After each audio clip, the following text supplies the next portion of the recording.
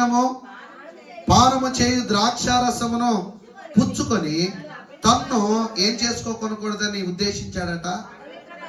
ఇప్పుడు ఎవరి ఉద్దేశం ఇది?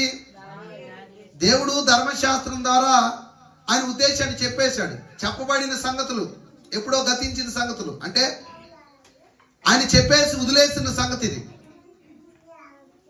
ఇప్పుడు నిర్ణయం తీసుకోకపోతే ఎవరి ఉద్దేశం? దానియేలు ఉద్దేశం.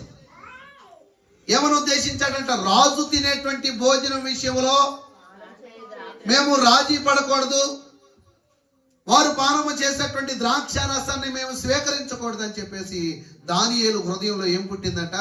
ఉద్దేశం పుట్టిందట. ఇప్పుడు సిగరెట్ తాగకూడదు, తాగొచ్చు అనేది ఎవడు ఉద్దేశం అయి ఉండాలి? నీ ఉద్దేశమే ఉండాలి.